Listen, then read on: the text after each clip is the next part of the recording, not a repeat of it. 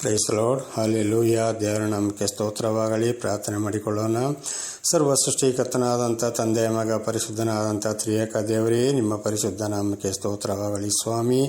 ಈ ದಿವಸವೂ ಸಮಯವೂ ಕೂಡ ನಿಮ್ಮಿಂದ ನೇಮಕವಾದಂಥ ಸಮಯವಾಗಿದೆ. ಅದಕ್ಕಾಗಿ ನಿಮಗೆ ಸ್ತೋತ್ರ. ಈ ದಿವಸದ ಸಂದೇಶದ ಭಾಗವನ್ನು ಕೂಡ ಹೇರಳವಾಗಿ ಆಶೀರ್ವದಿಸಿರಿ. ಇದನ್ನು ಕೇಳುತ್ತಿರುವಂಥ ನನ್ನ ಸಹೋದರಿಯರು ಅವರು ಚೆನ್ನಾಗಿ ಕೇಳಿ ಅರ್ಥ ಮಾಡಿ ನಿಮ್ಮಿಂದ ಆಶೀರ್ವಾದ ಹೊಂದಿಕೊಳ್ಳುವಂತೆ ಅವರನ್ನು ಕೂಡ ಹೇರಳವಾಗಿ ಆಶೀರ್ವದಿಸಿರಿ. ಯೇಸುವಿನ ನಾಮದಲ್ಲಿ ಪ್ರಾರ್ಥಿಸಿದ್ದೇನೆ, ನಮ್ಮ ತಂದೆ, ಆಮೇನ್. ನನ್ನ ಸಹೋದರಿಯರೇ, ಇವತ್ತಿನ ಸಂದೇಶದ ಭಾಗವು ಕೂಡ ಗಂಡಂದಿರಲ್ಲಿ ಹೆಂಡತಿಯರ ವಿಧೇಯತೆ ಭಾಗ 5. ಗಂಡಂದಿರಲ್ಲಿ ಹೆಂಡತಿಯರ ವಿಧೇಯತೆ ಭಾಗ 5. ದೇವರ ನಾಮಕ್ಕೆ ಸ್ತೋತ್ರವಾಗಲಿ. ಮುಂದೆ ವಚನದ ಕಡೆಗೆ ಹೋಗೋಣ. ಆದಿಕಾಂಡ 24:65. ಆದಿಕಾಂಡ 24:65. ನಮ್ಮನ್ನು ಎದುರುಗೊಳ್ಳುವುದಕ್ಕೆ ಅಡವಿಯಲ್ಲಿ ನಡೆದು ಬರುವ ಆ ಮನುಷ್ಯನು ಯಾರೆಂದು ಆ ಸೇವಕನನ್ನು ಕೇಳಿದಳು. ಅವನೇ ನನ್ನ ದಣಿ ಎಂದು ಅವನು ಹೇಳಿದಾಗ ಆಕೆ ಮುಸುಕು ಹಾಕಿಕೊಂಡಳು. ದೇವರ ನಾಮಕ್ಕೆ ಸ್ತೋತ್ರವಾಗಲಿ. ಇಸಾಕನಿಗೆ ರೆಬೆಕ್ಕಳನ್ನು ಹೆಂಡತಿಯನ್ನಾಗಿ ಅಬ್ರಹಾಮನ ಪರಿವಾರದವರು, ಅಂದರೆ ಮಂತ್ರಿ ಪರಿವಾರದವರು, ಅಧಿಕಾರಿಗಳು ರೆಬೆಕ್ಕಳನ್ನು ಕರ್ಕೊಂಡು ಬರ್ತಾ ಇದ್ದಾರೆ ಒಂಟೆಯ ಮೇಲೆ. ಆವಾಗ ಇಸಾಕನು ಸಂಜೆಯ ವೇಳೆಯಲ್ಲಿ ವಿಶ್ರಾಂತಿ ತೆಗೆದುಕೊಳ್ಳುವುದಕ್ಕೆ ಹೊಲದಲ್ಲಿ ತಿರುಗಾಡ್ತಾ ಇದ್ದಾನೆ. ಆಗ ಒಂಟೆಯ ಮೇಲೆ ಕೂತಿದ್ದಂಥ ಈ ರೆಬೆಕ್ಕಳು ಇಸಾಕನನ್ನು ನೋಡಿ ಅವರೊಂದಿಗೆ ಕೇಳ್ತಾಳೆ, ಅವಳು ಯಾವ ಮನುಷ್ಯನು ಯಾರು ಅಂತ. ಅವರು ಅವನೇ ನನ್ನ ಒಡೆಯ, ನಿನ್ನ ಒಡೆಯ ಅಂತ ಹೇಳಬೇಕಾದ್ರೆ ತಕ್ಷಣ ಒಂಟೆಯಿಂದ ಇಳಿದು ಏನು ಮಾಡಿದ್ಲು, ತಲೆಗೆ ಮುಸುಕನ್ನು ಹಾಕಿಕೊಂಡಳು. ಅಲ್ಲಿವರೆಗೆ ತಲೆಗೆ ಮುಸುಕನ್ನು ಹಾಕಿಕೊಳ್ಳಿಲ್ಲ. ಆದರೆ ಇದು ಏನಾಗಿದೆಪ್ಪ ಅಂದರೆ ಗಂಡನಿಗೆ ಒಂದು ಕೊಟ್ಟಂಥ ಗೌರವವಾಗಿದೆ. ದೇವರ ನಾಮಕ್ಕೆ ಸ್ತೋತ್ರವಾಗಲಿ. ಹಾಗೆ ಇದನ್ನು ಮುಂದಿನ ವಚನದಲ್ಲಿ ನಾವು ತಿಳಿದುಕೊಳ್ಳೋಣ. ದೇವರ ನಾಮಕ್ಕೆ ಸ್ತೋತ್ರವಾಗಲಿ. ಹಲ್ಲೆಲೂಯಾ.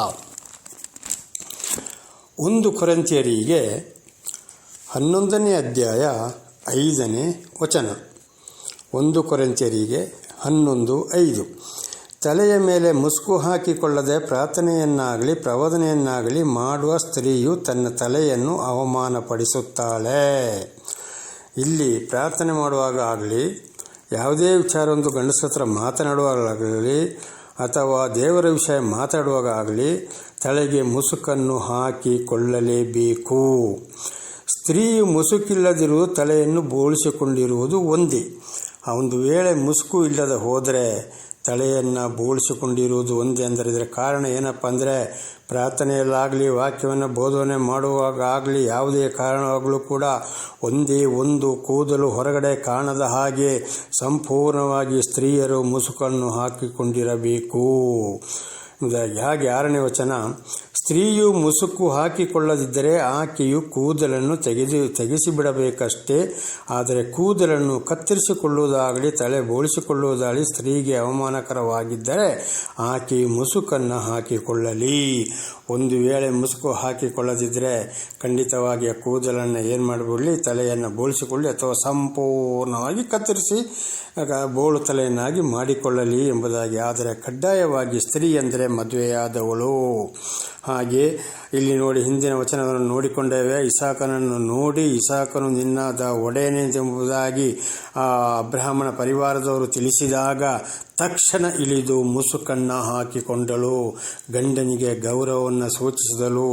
ಈ ವಚನ ಕೂಡ ನೋಡುವಾಗ, ಪ್ರಾರ್ಥಿಸುವಾಗಲಿ ಪ್ರವಾದನೆ ಮಾಡುವಾಗಲಿ ಯಾವುದೇ ಆಗುವಾಗಲೂ ಕೂಡ ಸ್ತ್ರೀ ಅಂದರೆ ಮದುವೆಯಾದವರು ಖಂಡಿತವಾಗಿ ತಲೆಗೆ ಮುಸುಕು ಹಾಕಿಕೊಳ್ಳಲೇಬೇಕು. ಇಲ್ಲದರೆ ಕೂದಲನ್ನು ಕತ್ತರಿಸಿಕೊಳ್ಳಲಿ, ಇಲ್ಲದೆ ತಲೆಯನ್ನು ಬೋಳಿಸಿಕೊಳ್ಳಲಿ ಎಂಬುದಾಗಿ. ಆದರೆ ಇವತ್ತು ಅನೇಕರು ಹೇಗೆ ಮುಸುಕು ಹಾಕೊಳ್ತಾರೆ, ಅರ್ಧ ತಲೆಗೆ, ಒಬ್ಬೊಬ್ಬರು ಹೆಗಲಿನ ಮೇಲೆ ಮಾತ್ರ ಹಾಕಿಕೊಳ್ತಾರೆ. ಈ ರೀತಿ ಆಗಬಾರದು. ದೇವರ ವಚನದ ಪ್ರಕಾರ ಒಂದೇ ಒಂದು ಕೂದಲು ಕಾಣದ ಹಾಗೆ ಸಂಪೂರ್ಣವಾಗಿ ಮುಸುಕನ್ನು ಹಾಕಿಕೊಳ್ಳಬೇಕು. ಇದನ್ನು ನಾವು ಹಿಂದಿನ ಸಂದೇಶದಲ್ಲಿ ತಿಳಿದ ಹಾಗೆ ಇವತ್ತು ನಾವು ಕಂಡ ಹಾಗೆ ಬರೀ 2 ಜನಾಂಗಗಳಲ್ಲಿ ನಾವು ಕಾಣ್ತಾ ಇದ್ದೇವೆ. ಸಂಪೂರ್ಣವಾಗಿ ಮುಸುಕು ಹಾಕಿಕೊಂಡಿರ್ತಾರೆ. ಅವರು ಮನೆಯಿಂದ ಹೊರ ಬರಬೇಕಾದರೆ, ಮನೆ ಒಳಗೆ ಅಥವಾ ತೆಗೆದಿರಬಹುದು, ಹೌದು. ಆದರೆ ಹೊರಗೆ ಬರಬೇಕಾದ್ರೆ ಅಥವಾ ಗಂಡಂದಿರ ಹತ್ರ ಮಾತನಾಡಬೇಕಾದ್ರೆ ದೇವರಲ್ಲಿ ಪ್ರಾರ್ಥಿಸಬೇಕಾದ್ರೆ ಬರೀ ಒಂದು 2 ಜನಾಂಗಗಳಲ್ಲಿ ಕಾಣ್ತಾ ಇದ್ದೇವೆ, ಸಂಪೂರ್ಣ ಅರ್ಧಂಬರ್ಧ ಮುಸುಕು ಕೂಡ ಅಲ್ಲ. ಆದರೆ ಇವತ್ತು ನಾವು ಏನು ಮಾಡ್ತಾ ಇದ್ದೇವೆ, ಇವತ್ತು ನಾವು ದೇವರ ಮಗಳು ಅಂತೇಳಿ ಹೇಳಿಕೊಂಡು ಇವತ್ತು ಅನೇಕ ಸ್ತ್ರೀಯರು ಅರ್ಧಂಬರ್ಧ ಮುಸುಕನ್ನು ಹಾಕಿಕೊಳ್ತಾರೆ. ಇನ್ನು ಕೆಲವರು ಹೇಳ್ತಾ ಇದ್ದಾರೆ ಅದು ಕೊರಿಂಥ ಸಭೆಗೆ ಹೇಳಿದ್ದು, ಅದು ನಮಗೆ ಅಲ್ಲ ಎಂಬುದಾಗಿ. ಆಗ ಕೊರಿಂಥ ಸಭೆಗೆ ಹೇಳಿರುವುದಾದರೆ ಹೀಗೆ ಹೇಳುವ ಸ್ತ್ರೀಯರಿಗೆ ಅದು ಅಲ್ಲದಿದ್ದರೆ ಅವರು ಆಗ ಕೊರಿಂಥ ಸಭೆಯವರು ಯೇಸುವನ್ನು ಹಿಂಬಾಲಿಸಿದರು, ಈ ಸ್ತ್ರೀಯರು ಯಾಕೆ ಯೇಸುವನ್ನು ಹಿಂಬಾಲಿಸಬೇಕು? ಅವರು ಬೈಬಲನ್ನು ಓದಿದ್ದಾರೆ, ಆಗ ಇವರು ಯಾಕೆ ಬೈಬಲನ್ನು ಓದಬೇಕು, ಅರ್ಥ ಮಾಡಿಕೊಳ್ಳಬೇಕು? ಯಾಕೆ ಇನ್ನೊಬ್ಬರಿಗೆ ದೇವರ ವಿಷಯವನ್ನು ಸಾರಬೇಕು? ಆಗ ಅದು ಕೊರಿಂಥ ಸಭೆಗೆ ಸೀಮಿತವಾಗ್ತಿತ್ತಲ್ಲ, ಆಗ ಇಲ್ಲಿಯವರಿಗೆ ಹೇಗೆ ಇದು ಸೀಮಿತವಾಗ್ತದೆ? ಆಗ ಇವರಿಗೆ ಯಾಕೆ ದೇವರಲ್ಲಿ ಪ್ರಾರ್ಥನೆ ಬೇಕು? ಯಾಕೆ ಬೈಬಲ್ ಓದಬೇಕು? ಯಾಕೆ ಕಷ್ಟ ಸಂಕಟ ವಿಚಾರಿಸಬೇಕು? ಯಾಕೆ ಸಭೆಗೆ ಹೋಗಬೇಕು? ಅವಶ್ಯವಿಲ್ಲವೇ?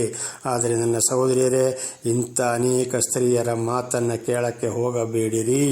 ಸಂಪೂರ್ಣವಾಗಿ ಎಷ್ಟೋ 1000 ವರ್ಷಗಳ ಹಿಂದೆ ಆದಿಕಾಂಡ 24:65 ಇಸಾಕನ ಹೆಂಡತಿ ರೆಬೆಕ್ಕಳು ನಡೆದಂಥ ವಿಧೇಯತೆ, ಅದನ್ನೇ ಇಲ್ಲಿ ಅಪೊಸ್ತಲನಾದ ಪೌಲನು ಕೂಡ 1 ಕೊರಿಂಥರಿಗೆ 11ನೇ ಅಧ್ಯಾಯ 5-6ನೇ ವಾಕ್ಯದಲ್ಲಿ ಹೇಳಿದ್ದು ಸಂಪೂರ್ಣವಾಗಿ.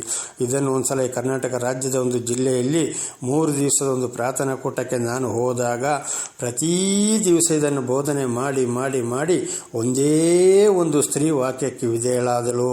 ಆಮೇಲೆ ಯಾರು ವಿಧೇಯಲಾಗಲಿಲ್ಲ. ಕಾರಣ ದೊಡ್ಡ ದೊಡ್ಡ ವಿದ್ಯಾವಂತರು, ಎಲ್ಲ ಉದ್ಯೋಗಸ್ಥರು, ಹಣವಂತರು, ಅದು ನಮಗೆ ಯಾಕಪ್ಪ ಎಂಬ ಒಂದು ಭಾವನೆ. ಆದರೆ ಖಂಡಿತವಾಗಿದು ದೇವರನ್ನು ಬೇಸರಪಡಿಸುವುದಾಗಿದೆ. ದೇವರ ವಾಕ್ಯಕ್ಕೆ ನಡೆಯವರಾಗಿದ್ದೇವೆ. ಇವತ್ತು ಈಗ ಸ್ವಲ್ಪ ಸಮಯದ ಕಾಣ್ತಾ ಇಲ್ಲ, ಹಿಂದೆ ನಾವು ಟಿವಿಯಲ್ಲಿ ಕೂಡ ಒಂದು ಸಹೋದರಿಯನ್ನು ನೋಡ್ತಾ ಇದ್ದೇವೆ, ಬಾಬು ಕಟ್ಟು ಮಾಡಿಸಿಕೊಂಡು ಅಲಂಕಾರವನ್ನು ಮಾಡಿಕೊಂಡು. ಅದು ಹಿಂದಿನ ಸಂದೇಶಗಳಲ್ಲಿ ಮುಂದಿನ ಸಂದೇಶಗಳಲ್ಲಿ ಒಂದು ದಿವಸ ನಾವು ಅದನ್ನು ತಿಳಿದುಕೊಳ್ಳಬಹುದು. ದೇವರು ನಮಗೆ ಸ್ತೋತ್ರವಾಗಲಿ. ಹಾಗೆ ಈಗ 10ನೇ ವಚನಕ್ಕೆ ಹೋಗೋಣ. 1 ಕೊರಿಂಥರಿಗೆ 11ನೇ ಅಧ್ಯಾಯ 10ನೇ ವಚನ.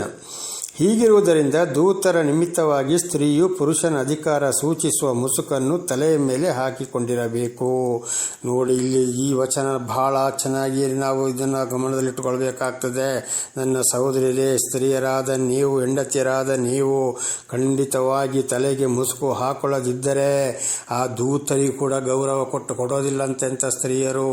ಅಂದರೆ ದೇವರನ್ನು ಕೂಡ ಅವರು ಏನು ಮಾಡ್ತಾರೆ, ಅಲ್ಲಿ ಪರಲೋಕದಲ್ಲಿ ಕೂತ್ಕೊಂಡು ನೋಡುವ ದೇವದೂತರಿಗಳಿಗೂ ಬೇಸರ. ಇವರು ನನ್ನ ಮಾತನ್ನು ಕೇಳ್ತಾ ಇಲ್ಲಲ್ಲಪ್ಪ, ನನ್ನ ಮಾತಿಗೆ ಇವರು ವಿಧೇಯರಾಗಲಿಲ್ಲ, ಮುಸುಕು ಹಾಕೊಳ್ಳಿಲ್ಲ ಎಂಬುದಾಗಿ.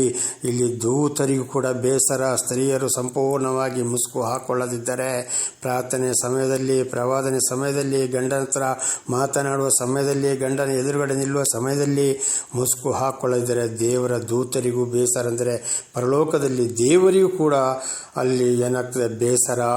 ಅವರು ದೇವರಿಗೂ ಕೂಡ ಗೌರವ ಕೊಡೋರಾಗಿದ್ದಾರೆ, ಖಂಡಿತ ಕೊಡೋದವರವರಾಗಿದ್ದಾರೆ. ಇವತ್ತು ಕೂಡ ಅನೇಕ ಸಭೆಗಳಲ್ಲಿ ನಾವು ನೋಡ್ತಾ ಇದ್ದೇವೆ, ಕೇಳ್ತಾರೆ, ಬರ್ತಾರೆ, ಹೋಗ್ತಾರೆ, ಒಂದು ಭಯ ಭಕ್ತಿ ಯಾವುದೂ ಇಲ್ಲ. ಹಾಗೆ ಆದರೆ ಸಂಪೂರ್ಣವಾಗಿ ಮುಸುಕು ಹಾಕಿಕೊಂಡ್ರೆ ದೇವರಿಗೂ ಗೌರವ ಕೊಡುವ ಸ್ತ್ರೀಯರಾಗಿದ್ದಾರೆ. ದೇವರ ನಾಮಕ್ಕೆ ಸ್ತೋತ್ರವಾಗಲಿ. ಹಾಲೆಲೂಯ. ಆದ್ದರಿಂದ ಈ ಒಂದು ಆದೇಶವನ್ನು ಕೂಡ ನನ್ನ ಸಹೋದರಿ ಇತರರ ಹಾಗೆ ನಾವು ಕೊರಿಂಥ ಸಭೆಗೆ ಮಾತ್ರ ಅದು ನಮಗೆಲ್ಲ ಎಂಬುದಾಗಿ ಹೇಳೋರನ್ನು ಅಥವಾ ಇದಕ್ಕೆ ವಿರುದ್ಧವಾಗಿ ನಡೆಯೋರನ್ನು ಖಂಡಿತವಾಗಿ ನೀವು ಹಿಂಬಾಲಿಸಬೇಡಿ. ಈ ತಿಳಿಸಿದ ದೇವರ ವಾಕ್ಯದ ಪ್ರಕಾರ ನೀವು ನಡೆದು ದೇವರಿಂದ ಆಶೀರ್ವಾದವನ್ನು ಹೊಂದಿಕೊಳ್ಳುವಂತಾಗಲಿ. ದೇವರ ನಾಮಕ್ಕೆ ಸ್ತೋತ್ರವಾಗಲಿ. ಹಾಲೆಲೂಯ. ಹಾಗೆ ಈಗ ಮುಂದಿನ ವಚನಕ್ಕೆ ಹೋಗೋಣ. ಆದಿಕಾಂಡ 26ನೇ ಅಧ್ಯಾಯ 6ರಿಂದ 9ರವರೆಗೆ. ಆದಿಕಾಂಡ 26, 6ರಿಂದ 9. ಇಸಾಕನು ಗೆರೇರಿನಲ್ಲಿ ವಾಸವಾಗಿದ್ದಾಗ ಸ್ಥಳದ ಜನರು ಅವನ ಹೆಂಡತಿಯನ್ನು ನೋಡಿ ಆಕೆಯ ವಿಷಯದಲ್ಲಿ ವಿಚಾರಿಸಿದಾಗ ಅವನು ರೆಬೆಕ್ಕಳು ಸುಂದರಿಯಾಗಿರುವುದರಿಂದ ಈ ಸ್ಥಳದ ಜನರು ಈಕೆಯ ನಿಮಿತ್ತ ನನ್ನನ್ನು ಕೊಂದಾರು ಅಂದುಕೊಂಡು ಆಕೆಯನ್ನು ನನ್ನ ಹೆಂಡತಿ ಎಂದು ಹೇಳುವುದಕ್ಕೆ ಭಯಪಟ್ಟು ತಂಗಿಯಾಗಬೇಕು ಎಂದು ಹೇಳಿದನು. ಅವನ ಸ್ಥಳದಲ್ಲಿ ಬಹಳ ದಿವಸ ಇದ್ದ ಮೇಲೆ ಒಂದು ದಿನ ಫಿಲಿಷ್ಟಿಯರ ಅರಸನಾದ ಅಬೀಮೆಲೆಕನು ಕಿಟಕಿಯಿಂದ ನೋಡಿದಾಗ ಇಸಾಕನು ತನ್ನ ಹೆಂಡತಿಯಾದ ರೆಬೆಕ್ಕಳ ಸಂಗಡ ಸರಸವಾಡುವುದನ್ನು ಕಂಡನು. ದೇವರ ನಾಮಕ್ಕೆ ಸ್ತೋತ್ರವಾಗಲಿ. ಆಗ ಅವನು ಇಸಾಕನನ್ನು ಕರೆಸಿ, ನಿಶ್ಚಯವಾಗಿ ಈಕೆ ನಿನ್ನ ಹೆಂಡತಿಯಲ್ಲವೇ? ತಂಗಿ ಅಂತ ಯಾಕೆ ಹೇಳಿದ್ದಿ ಎಂದು ಕೇಳಲು ಇಸಾಕನು, ಜನರು ಈಕೆ ನಿಮಿತ್ತ ನನ್ನನ್ನು ಕೊಂದಾರೆಂದು ಹಾಗೆ ಹೇಳಿದೆನು ಅಂದಳು. ನೋಡಿ, ರೆಬೆಕ್ಕಳು ಬಹಳ ಚೆಲುವೆಯಾಗಿದ್ಲು. ಇಸಾಕನನ್ನು ಮತ್ತು ರೆಬೆಕ್ಕಳವರು ಐಗುಪ್ತ ದೇಶಕ್ಕೆ ಹೋಗಲಿಕ್ಕೆ ಹೊರಟಾಗ ಅವರನ್ನು ತಡೆದು, ಬೇಡ, ನೀವು ಗೆರಾರಿಗೆ ಹೋಗಿ, ಈ ಸ್ಥಳಕ್ಕೆ ಹೋಗಿ ಎಂದು ದೇವರು ಕಳಿಸಿದರು. ಅಲ್ಲಿ ಬಂದಾಗ ಆ ಅರಸನು ಬಹಳ ನೀಚ ಬುದ್ಧಿ, ಕೆಟ್ಟ ಅರಸನೆಂಬುದಾಗಿ ಈಗಾಗಲೇ ನಾವು ವಚನದಲ್ಲಿ ತಿಳಿದುಕೊಂಡಿದ್ದೇವೆ. ಹೀಗಿರುವಾಗ ರೆಬೆಕ್ಕಳಿಗೆ ಬಹಳ ಕಷ್ಟ, ಸಂಕಟ, ದುಃಖಗಳು ಆಗಿರಬಹುದು. ಆದರೂ ತಾಳ್ಮೆ ಕೆಡದೆ ಗಂಡನೊಂದಿಗೆ ಗಂಡನಿಗೆ ವಿರುದ್ಧವಾಗಿ ಮಾತನಾಡಿಲ್ಲ, ಗಂಡನನ್ನು ದ್ವೇಷ ಮಾಡಲಿಲ್ಲ. ಬದಲಾಗಿ ತಾಳ್ಮೆಯಿಂದಲೇ ಏನೇ ಆದರೂ ಕೂಡ ಗಂಡನ ಮಾತನ್ನು ಕೇಳಿ ನಡೆದಳು. ಆದುದರಿಂದ ಅಲ್ಲಿ ಗಂಡನಿಗೆ ಅವಳು ವಿಧೇಯಳಾದಳು. ಈಗ ಹಾಗೆ ಅನೇಕ ಕಷ್ಟ, ಸಂಕಟ, ದುಃಖಗಳಲ್ಲಿ ಇಂಥ ಒಂದು ಸನ್ನಿವೇಶಕ್ಕೆ ಎದುರಾದಾಗ ಗಂಡನು ಹೇಳಿದಂಥ ಮಾತಿನಂತೆ ನಡೆದು ಗಂಡನನ್ನೇ ಹಿಂಬಾಲಿಸಬೇಕು. ಇವತ್ತದೆಲ್ಲ ಅನೇಕರು ಗಂಡಂದಿರನ್ನು ಬಿಟ್ಟು ಹೋಗಿ ಅನೇಕ ಕಾರ್ಯಗಳನ್ನು ಮಾಡುವವರಾಗಿದ್ದಾರೆ. ಆದರೆ ಅನೇಕರು ಗೌರವವನ್ನು ಕಾಪಾಡಿಕೊಳ್ಳುವವರಾಗಿದ್ದಾರೆ. ಆದರೆ ಈ ರೆಬೆಕ್ಕಳನ ಹಾಗೆ ಕೂಡ ಇಸಾಕನಿಗೆ ಏನಾಗ್ತದೆ, ರೆಬೆಕ್ಕಳು ವಿಧೇಯಳಾದ ಹಾಗೆ ಖಂಡಿತವಾಗಿ ಇವತ್ತು ಹೆಂಡತಿಯರು ಗಂಡಂದಿರಿಗೆ ವಿಧೇಯರಾಗಲೇಬೇಕು. ದೇವರೊಂದಿಗೆ ಆಶೀರ್ವಾದ ಹೊಂದಿದ ಗಂಡಂದಿರು, ದೇವರ ಮಾತನ್ನು ತಿಳಿಸಿದಂಥ ಗಂಡಂದಿರು ಹೀಗೆ ಹೇಳುವಾಗ ಅಂಥ ಗಂಡಂದಿರಿಗೆ ವಿಧೇಯರಾಗಲೇಬೇಕು. ಸಾರಳ ವಿಚಾರವನ್ನು ಕೂಡ ನಿಮಗೆಲ್ಲರಿಗೂ ಗೊತ್ತಿದೆ. ಅಬ್ರಹಾಮನು ಕೂಡ ಹೇಳ್ದ, ನಾವು ಅಣ್ಣ ತಂಗಿಂತ ನೀನು ಹೇಳು ಎಂಬುದಾಗಿ. ಅದೇ ರೀತಿ ಸಾರಳು ಕೂಡ ವಿಧೇಯಳಾದಳು. ಹಾಗೆ ಇವತ್ತು ಏನಾದರೂ ಅವರು ಗಂಡನ ವಿಚಾರವನ್ನು ಸರಿಯಾಗಿ ತಿಳಿದುಕೊಂಡು ದೇವರ ಮನುಷ್ಯನೆಂದು ಗೊತ್ತಾದಾಗ ಗಂಡನ ಒಳ್ಳೆ ಮಾತಿಗೆ ಈ ಸಾರಳು ಮತ್ತು ಈ ರೆಬೆಕ್ಕಳು ಕೂಡ ಇಲ್ಲಿ ವಿಧೇಯರಾದರು.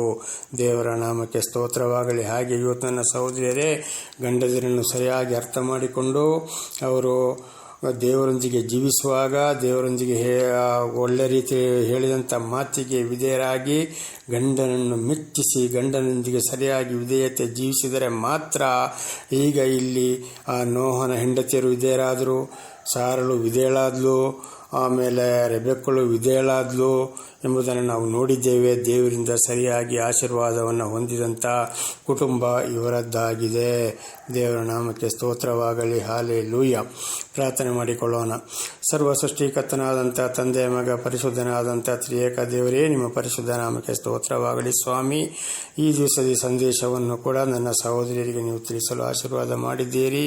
ಮತ್ತು ಇವರನ್ನು ಕೂಡ ಸಂಪೂರ್ಣವಾಗಿ ಹೇರಳವಾಗಿ ಆಶೀರ್ವದಿಸಿರಿ. ಒಂದು ವೇಳೆ ತಪ್ಪಿ ಹೋಗಿದ್ದರೂ ಕ್ಷಮಿಸಿ, ಮುಂದೆ ನಿಮ್ಮ ವಾಕ್ಯಕ್ಕೆ ವಿಧೇಯರಾಗಿ ತಿಳಿದು ನಡ್ಕೊಂಡು ಅವರು ನಿಮ್ಮನ್ನು ಹಿಂಬಾಲಿಸಿ ನಿಮ್ಮಿಂದ ಹೇರಳವಾದ ಆಶೀರ್ವಾದವನ್ನು ಪಡೆದುಕೊಂಡು ಜೀವಿಸುವಂತೆ ಅವರನ್ನು ಕೂಡ ನೀವು ಹೇರಳವಾಗಿ ಆಶೀರ್ವದಿಸಿರಿ. ಹಾಗೆ ಮಾಡುವುದಕ್ಕಾಗಿ ಸ್ತೋತ್ರ.